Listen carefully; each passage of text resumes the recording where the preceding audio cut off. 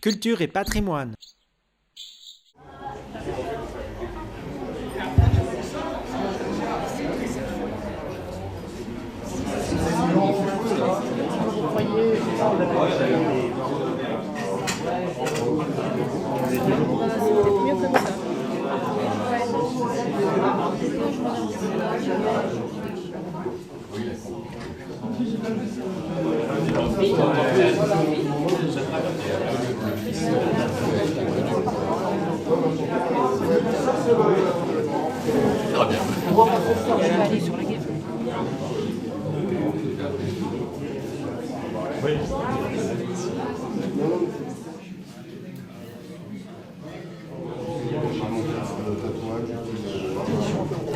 Là pour cette deuxième soirée de l'Iliade des Poètes, la 4e édition. Donc ce soir c'est un peu particulier puisque c'est un hommage à Yves Olry. Yves Olry était à la fois artiste, donc toutes les œuvres qu'il y a sur les murs sont de lui. La sélection a été faite et cette exposition a été possible grâce à la complicité de sa fille Alice, ici présente. Merci Alice. Et Yves, il était donc peintre, il était éditeur, et il était aussi typographe. Il y a quelque chose, un métier qui se perd, donc cet amour des beaux livres, des choses faites de la main, je veux dire, il faisait ça avec amour. Et voilà, il avait aussi une passion pour le mail art. Il avait participé ici à une rencontre avec Ryosoko Koen, un artiste japonais qui était de passage, et il avait emmené tous ces tampons, parce qu'il y a comme les gamins, quand les mail artistes, on est là, on se fait des pages de tampons qu'on se passe les uns les autres. Et donc, je me souviens de cette soirée qu'on avait fait ici avec la performance de Ryosoko Koen et puis la soirée qu'on avait passée avec Yves ici, puisque c'est en fait le seul travail qu'on ait fait ensemble. Voilà. Donc, après, effectivement, on se rencontrait comme ça, ici. Alice, si tu veux dire quelques mots.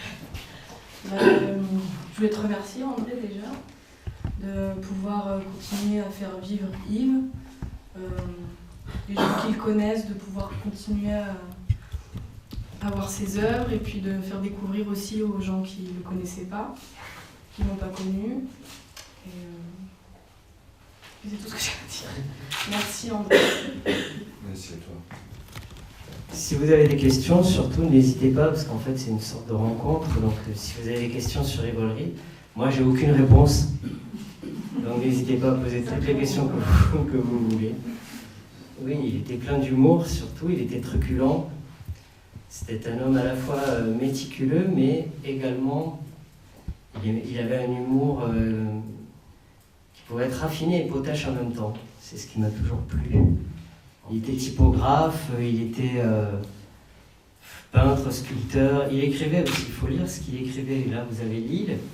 Moi, je vous conseille de vous jeter sur ce livre et de lire L'Île, qui est c'est un livre, comment on dit, d'anticipation. Et puis c'est quelqu'un qui était à sa place. En fait, c'est bien parce qu'il n'a pas traversé ce monde comme un figurant. Il a été actif et il a mené sa vie comme il a voulu. Il me semble, moi je voyais quelqu'un à sa place à chaque fois que je le voyais. Et d'ailleurs, parfois, je me disais, j'aurais bien aimé être à sa place. Mais c'était pas possible parce que le poste était déjà pris. Hein. Je ne pouvais pas être évolué. Malheureusement, mais... Ou heureusement, je sais pas. Heureusement en fait, parce que comme ça j'ai pu le connaître. Et puis maintenant Alice qui poursuit quand même le travail très courageusement. Donc il y a toute l'œuvre de Yves, mais il y a également la maison d'édition. Donc elle est très courageuse, je trouve. C'est bien, puis elle a du goût, ça c'est bien. Voilà ce que je peux dire.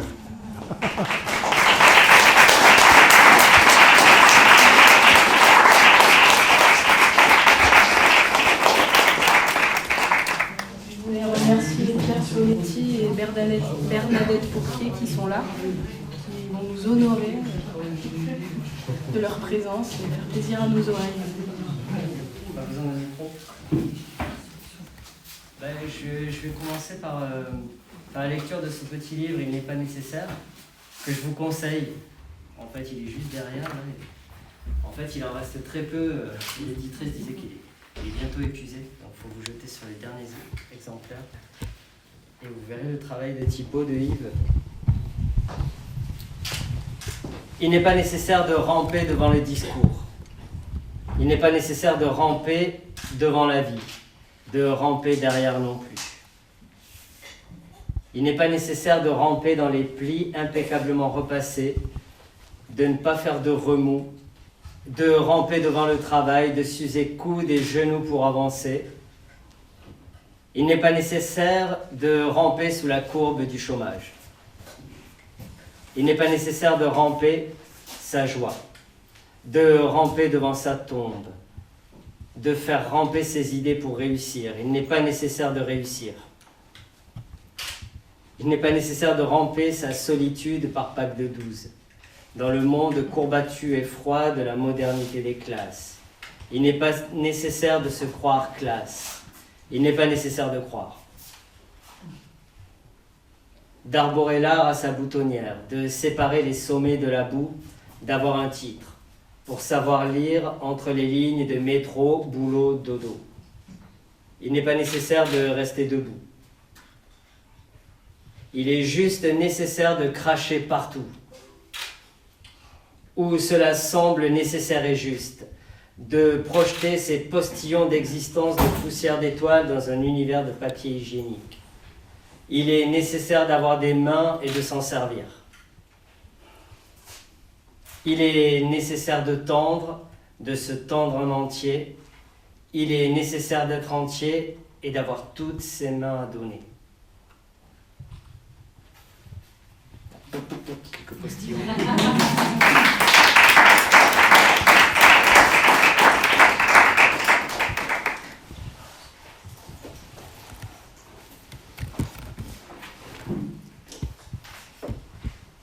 Alors, avant ça, je vais peut-être je vais vous lire un tout petit inédit avec Yves. On faisait des petits bouquins comme ça, et donc des spam box. Et donc, je vais vous en lire un qu'on a fait.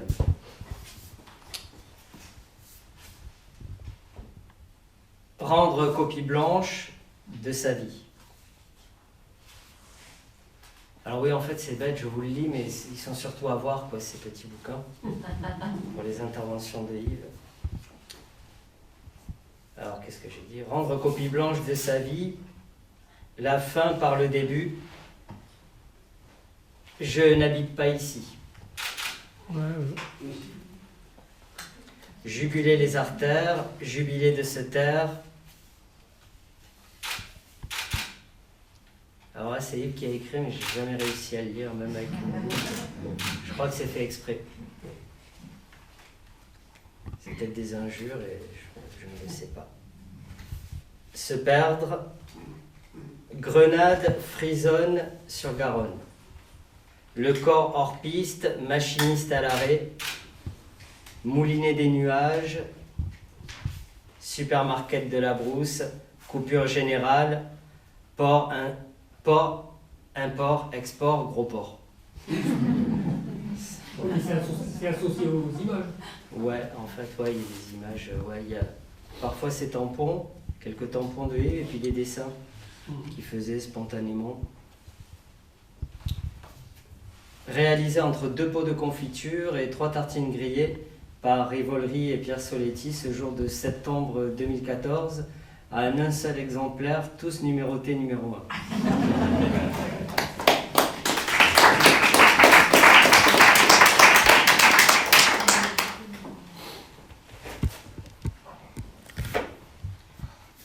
Je vais vous lire juste un extrait de ça, qui aurait fait marrer Yves, je pense. Parce qu'en fait, je lui ai envoyé beaucoup de carnets, surtout les derniers temps, et donc celui-là, je l'ai commencé, mais je l'ai pas envoyé. Donc, je l'envoie aujourd'hui. Le Seigneur ne sera jamais mon berger. Je ne suis pas un mouton. Je n'habiterai pas la maison du Seigneur pour le restant de mes jours. je manque de tout. Le Seigneur n'est pas mon berger, je ne lui demande aucun repos d'herbe fraîche, ni de me conduire au calme près de l'eau, j'irai où bon me semble. Je n'attends nulle défense de sa part, je redoute tous les maux. Je ne serai pas un mouton, j'userai ma vie, loin des encensoirs, au milieu du troupeau de mes semblables, sans berger pour nous conduire à l'abattoir. Je ne fermerai pas la porte ni les fenêtres, je n'allumerai pas de bougies, j'aurai la lune comme une faucille à mon chapeau, et je danserai aussi longtemps que la lune restera accrochée à mon chapeau. Tu porteras tes cheveux de feu, je flotterai sur les eaux. De ma fragile embarcation, des musiciens joueront des partitions de silence, fracassés par l'errance, des ronces, rances. Le Seigneur n'est pas mon berger, je ne suis pas son mouton. Bon, c'est inachevé, mais...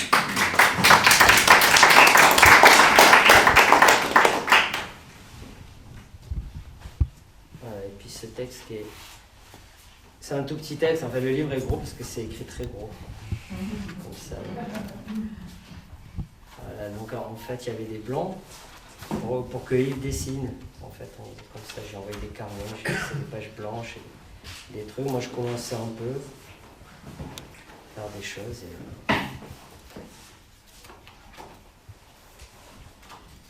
C'est pas fait pour la cage, l'humain. C'est pas fait pour s'effilocher sans rien dire. C'est pas fait pour la cage. La vie, c'est pas zoo. On sort pas d'une zoosphère, d'une zooscopie. On n'est pas copie conforme. On ne descend pas de l'arbre sans rien dire. On descend du mot. Animal à parole, on descend. Et on dit des mots qui contiennent la pesanteur du souffle, le silence et la fureur en même temps. Des mots qui encerclent le feu et les raisons d'espérer. Des mots de réel et de cendre, des mots de sel, des mots de sacre et de solstice, des mots pour se pendre aux branches en attendant de repousser sa peur de l'instant. Des mots avec des chants d'oiseaux, des mots pour s'élever, pour faire le lien entre la pierre et le ciel, entre les fleurs, entre les mots, entre les morts, les morsures. C'est pas fait pour la cage, la fleur. C'est pas fait pour l'ombre, l'humain. C'est pas fait pour se taire, pour se retenir de dire. Quand on ouvre la bouche, c'est un jardin qui fleurit. Quand on ouvre la bouche, on entend le printemps fleurir. On attend, on s'attend. Mais moi qui écris ces mots, moi qui t'écris et qui t'attends, comme l'imagination des vivants, j'espère juste te revoir. Les mots debout comme un seul homme à fleurir la profondeur entêtée du futur. Quand tu deviens la page même où naît l'écriture, mots d'argile, mots fragiles, mots TGV de la pensée qui file à vive allure, mots sans piège, mot à mot, les mots justes, juste les mots.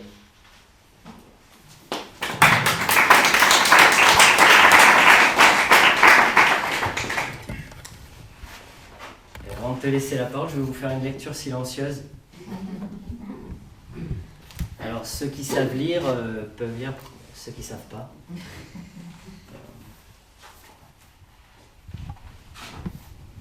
Je crois que ça ne va pas être commode pour vous.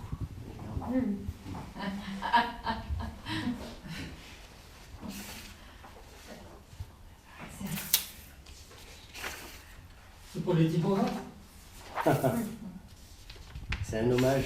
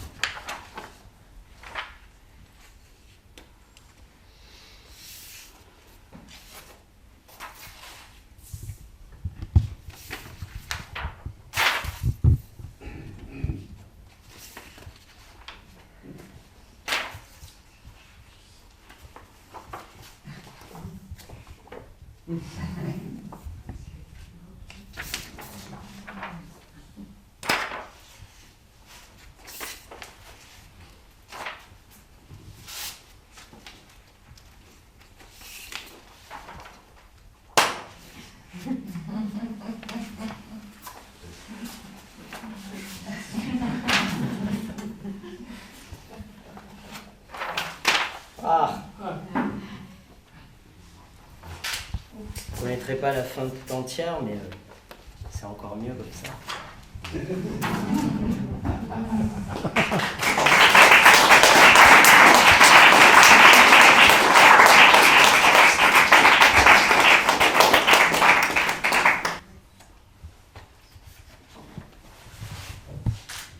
Le monde dans lequel nous vivons, nous tous, maintenant, dans ce siècle nouveau, comme on le nomme, ne ressemble plus trop à grand-chose. Mais peut-être est-ce moi qui ne parviens plus à en discerner précisément les contours. Peut-être est-ce moi qui ne comprend plus très bien ce qu'il se passe réellement. J'envisage souvent des solutions simples et peu onéreuses pour améliorer la situation de la planète. Mon propre sort ne me tracasse guère. C'est plutôt la situation générale de la planète qui me préoccupe.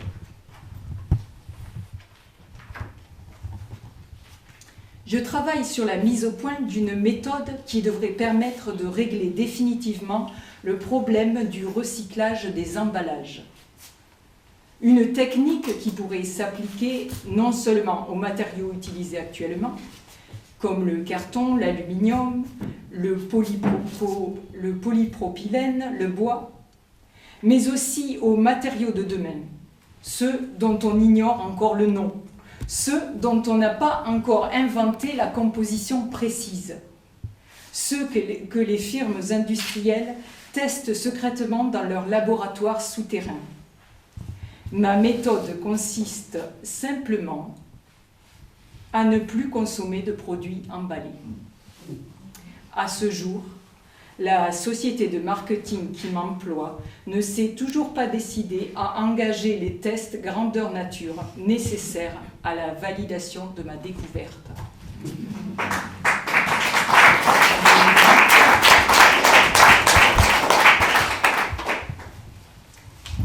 Alors on vous l'a dit, donc ivolerie, éditeur, artiste, sculpteur, typographe, graveur, peintre, faisait aussi du mail art et aimait beaucoup faire des petits tampons, des slogans aussi. Voilà. Et quand ils n'étaient pas sur les murs, ils étaient parfois sur les tampons. Voilà. Donc vous n'allez pas tout voir, évidemment, là aussi il y a des images à voir. Mais je vais vous en donner quelques-uns. Donc voilà. Et si vous voulez les retrouver, en fait, ce sont des tampons de ce Leporello, le petit livre en accordéon qui est en présentation ici, et, voilà, qui s'appelle tout simplement « Quelques tampons ». Donc en voici un petit aperçu. Énergie nouvelle, remis en main propre. Vous avez les mains propres? Non. Non? Madame? Monsieur? Danger, grenadine. Au cas où on boirait un coup après.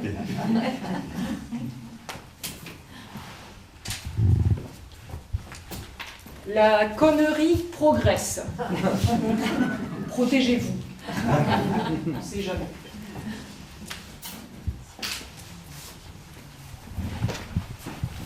Madame?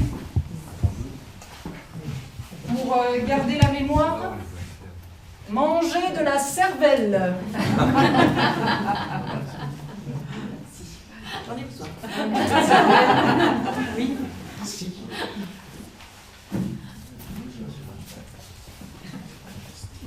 Vous aimez la cervelle, monsieur?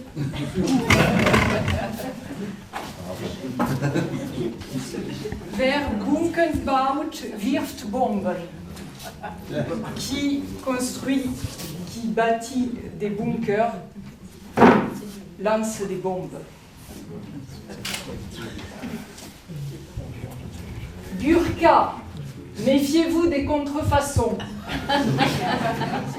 Alors peut-être quelqu'un va pouvoir nous dire ce qu'on voit sur l'image. Madame? Un chevalier, non? Un chevalier, oui. Avec une belle croix dessus, barrée, voilà. Et donc, voilà, burqa, méfiez-vous des contrefaçons. Il est en armure, évidemment.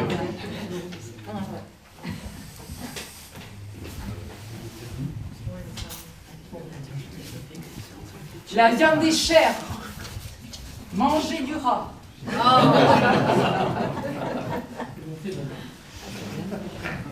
ne vous demande pas si vous aimez cette fois. Vous remarquerez. Sniper at work. Démocratia. Si vous ne souhaitez plus recevoir de courrier de ce type, cliquez ici.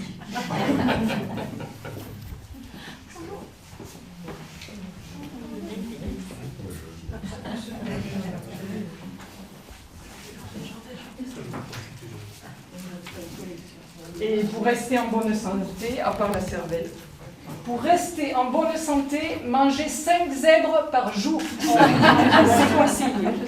Oui. Avant, c'était des sangliers.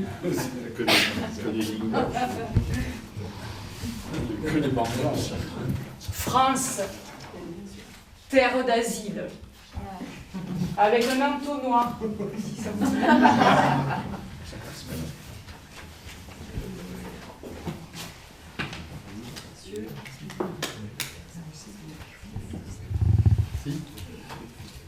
Passage obscur. Si ce message ne s'affiche pas complètement, correctement, pardon, c'est même pas correct, cliquez ici. Je pense que ça fait référence au slogan d'avant.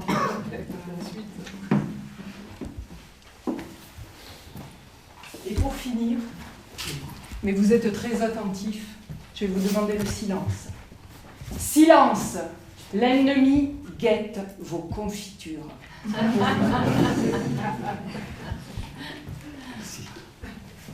Voilà, donc c'était Ivolerie.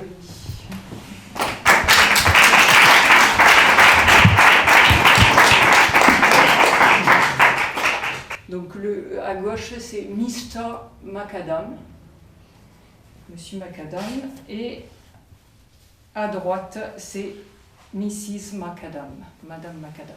Voilà. Alors, je m'excuse d'avance pour ceux qui ne connaissent pas l'anglais. Il y a des mots d'anglais à travers. Voilà. Mais en fait, cette pièce, elle a été écrite quand même pour qu'on puisse comprendre, même s'il y a de l'anglais à travers. Bon, on suit à peu près ce qui se passe quand même.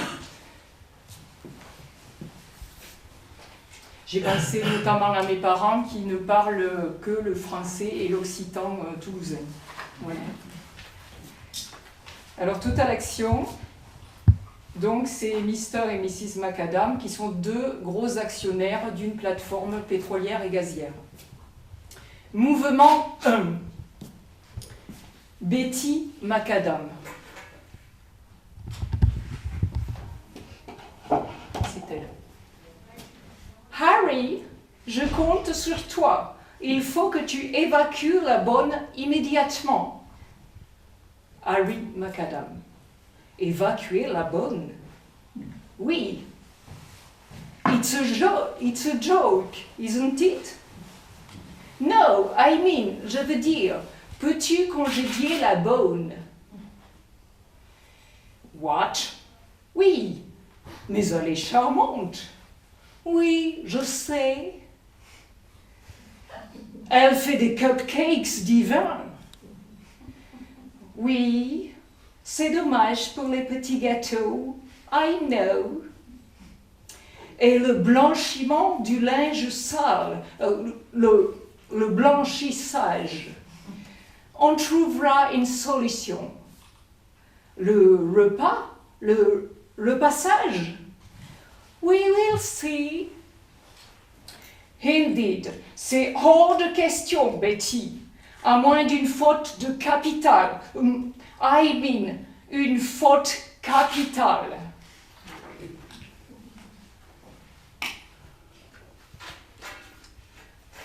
Son fils a tenu des propos insensés au nez. Non, une faute capitale, j'ai dit. Et elle-même soutient qu'il est normal que les ouvriers de la plateforme soient évacués malgré le risque d'explosion. Non. Ce fils de bonne, rien va donc être évacué de la plateforme avec tous les autres ouvriers pour cette ridicule fuite de gaz et de pétrole. Oh God, alors il n'ira pas colmater la fuite. Non, elle ne veut pas. Oh, et sous la menace, elle prétend que la vie de son rejeton est plus importante que la taupe chère, Harry. No, si, you mean plus importante que 5 kilomètres de puits pétroliers? Oui, plus importante que les 3 plateformes réunies et même que les 2 millions que nous avons investis dedans, my dear? Yes! Oh, incredible! 2 secondes, je l'évacue.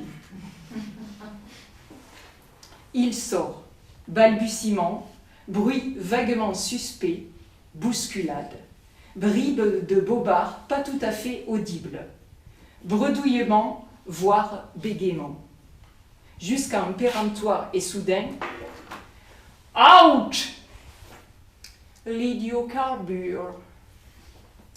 Harry revient. Mission accomplie, Betty. Parti?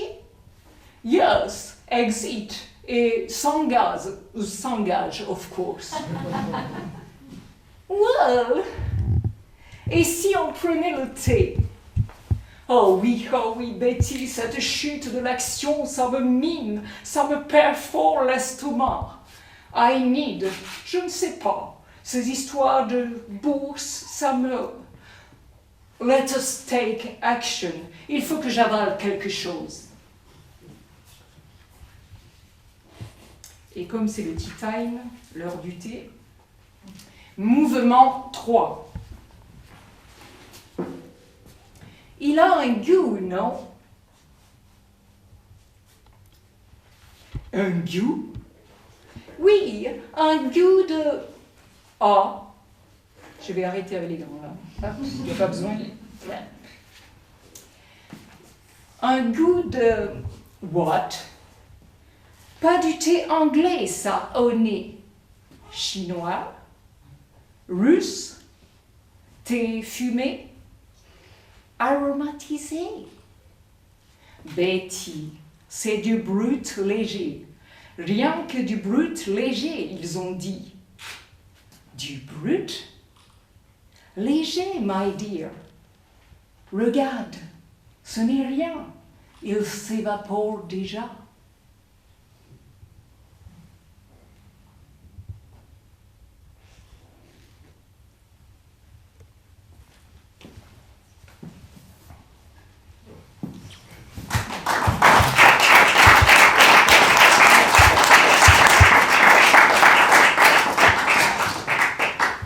Et donc pour finir, quelques extraits donc, de cabaret.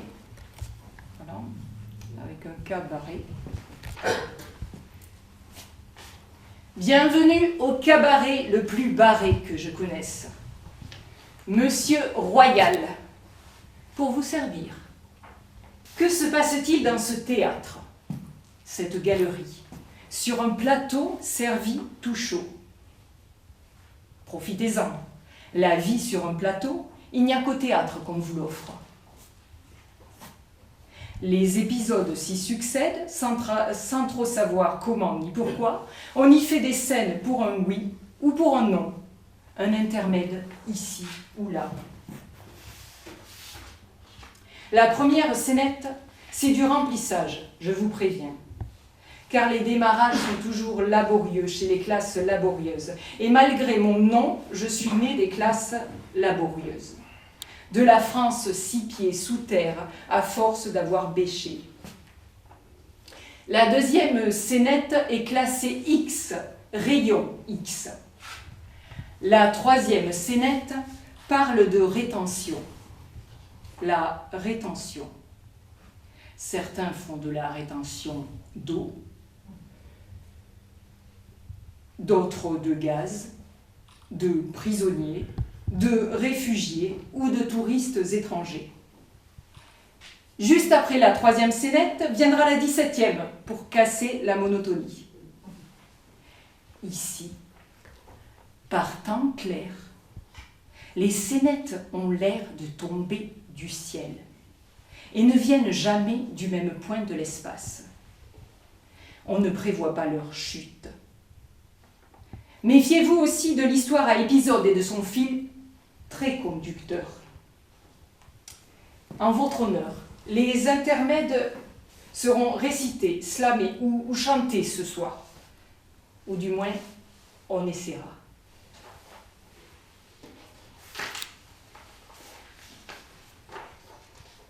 Intermède.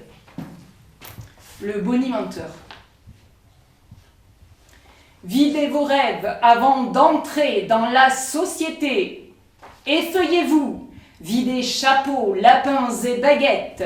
En rang par deux, à l'œil rétroviseur, veillent les barreaux de chaises. Ne l'écoutez pas, c'est un bon menteur. Scénette 17. Dans la foule opaque, un homme s'avance. Ses pieds sont entravés pourtant et l'entraînent dans la pente. Il veut résister, mais on essaye de lui enfoncer un clou dans la porte. Le même clou que dans toutes les têtes. Un clou indolore sur le moment. La douleur vient après, quand le bouchon trop loin saute et qu'on aperçoit les éclaboussures. On essuie avec ce qu'on peut, avec ce qui reste. Un lambeau de chair avariée ou la fausse carte d'un immigré clandestin. Sur la télé, la grosse Bertha a mis des collants à motifs grillagés. Des barbus barbelés hirsutes la dévisagent. Elle fait la pute, elle fait la bombe. Les financiers ont parié sur les barbus au dessert. Mais qui sait qui rira le dernier ? Ma maison a des tuiles, ma famille des ennuis. Pas de bol au petit déjeuner, même le lait est concentré. Il ne pense plus qu'à ses quotas qui périclitent. Chercher un emploi, ça devient un métier. Pas le moindre boulot sur ma pelouse. Rien que du pain sur la planche et de l'herbe sous les pieds. Si un jour vous entendez un gars en solo qui déclame ces mots, c'est qu'il me les aura volés. Je n'ai pas déposé de brevet. Scénette 4. Tous les matins, même chemin, vers la zone industrielle. Tous les matins, même refrain. Bosse, bosse, bosse. À la fin de la journée, à la fin de la semaine, quand vos têtes vides s'entrechoquent, sa teinte claire, ça ne résonne plus. Plus envie de rien faire, les rires des mioches vous irritent, la télé fait bruit de fond, vous avez perdu le regard. Cette ligne de vie drôlement courte. Et la peau autour comme des écailles prêtes à tomber. Le miroir qui vous dessille. Et cette tête que vous avez désormais. La mère, elle disait, « Un jour, tu sauras pourquoi je t'ai fait. Je ne sais pas vraiment pourquoi je suis fait, mais je le fais pourtant. » Intermède, le bonimenteur. Bannissez l'usure, changez de chaussures. Je ne vous promets pas monts et merveilles si vous n'avez pas d'orteils. Mais pour qui a de l'oseille, le bonheur teinte toujours à l'oreille. Mesdames, mesdemoiselles, et vous aussi qui êtes messieurs, descendez de vos piédestals, visitez mon étal. Les soucis fanent avec l'argent, apaisez votre convoitise en tâtant ma marchandise. Vous n'avez pas d'amis? Prenez un chien. Vous avez soif? Prenez et buvez. Vous n'avez aucun scrupule? Prenez tout avant les autres. Vous achetez à crédit? Je ne vous laisserai pas en radis. Vous êtes malade? Payez cash. Vous avez la rage? Faites-vous vacciner. Vous n'avez toujours pas d'amis? Jouez au loto. Mesdames, mesdemoiselles, et vous aussi qui êtes messieurs, luxe et exclure sont les maîtres mots. Videz vos rêves avant d'entrer dans la société. C'est net pour une planète vraiment nette. Est-ce que le niveau d'égoïsme augmente à mesure qu'augmente notre niveau de vie? Est-ce que le cours du pétrole augmente à mesure que diminue notre survie? Est-ce que les atomes sont comestibles? Est-ce que les tomates sont nucléaires?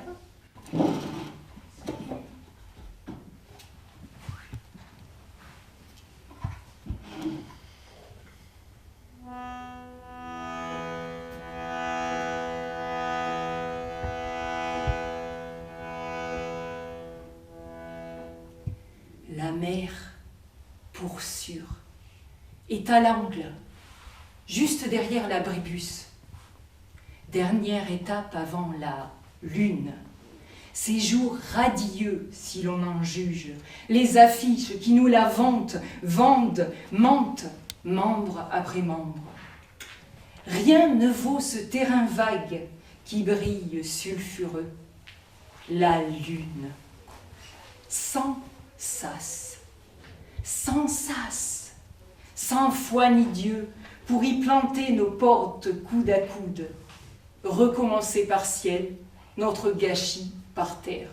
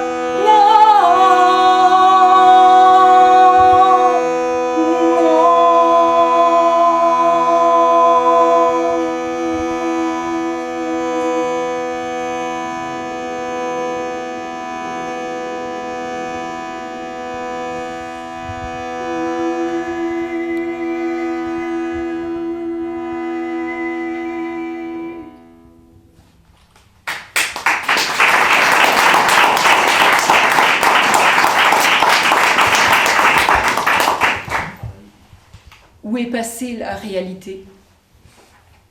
La réalité, elle est partie par l'issue de secours.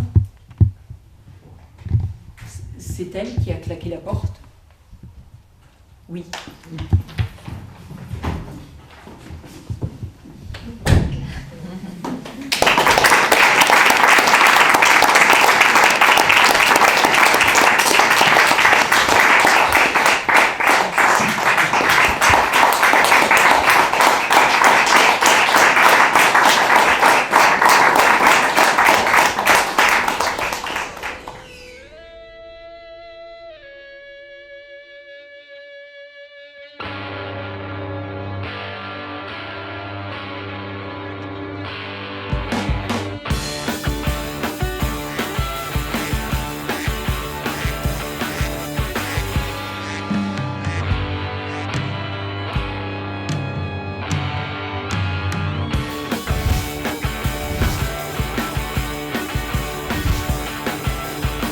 Nous ne sommes pas plus haut que 3 pommes. 70% d'eau pour finir 100% d'eau. C'est peu pour la ramener, non? Nous croyons nous élever dans les airs. Nous nous enfonçons dans nos têtes. Nous étouffons nos plaies ouvertes à l'ère des technologies nouvelles. Et nous dansons parmi les dinosaures. Nous dansons parmi les dinosaures. Nous secouons encore un peu nos chairs sur de la musique militaire. Et nous dansons parmi les dinosaures. Nous dansons parmi les dinosaures. Nous gravons des définitions sur des disques durs en peau de bite pour garder intactes nos données vendues, nos données molles. Nous tapons des mots noirs sur blanc, nous tapons des blancs, nous tapons des tonnes d'informations reçues du vent sans rien dire. Nous nous tapons dessus et nous dansons parmi les dinosaures. Nous dansons parmi les dinosaures.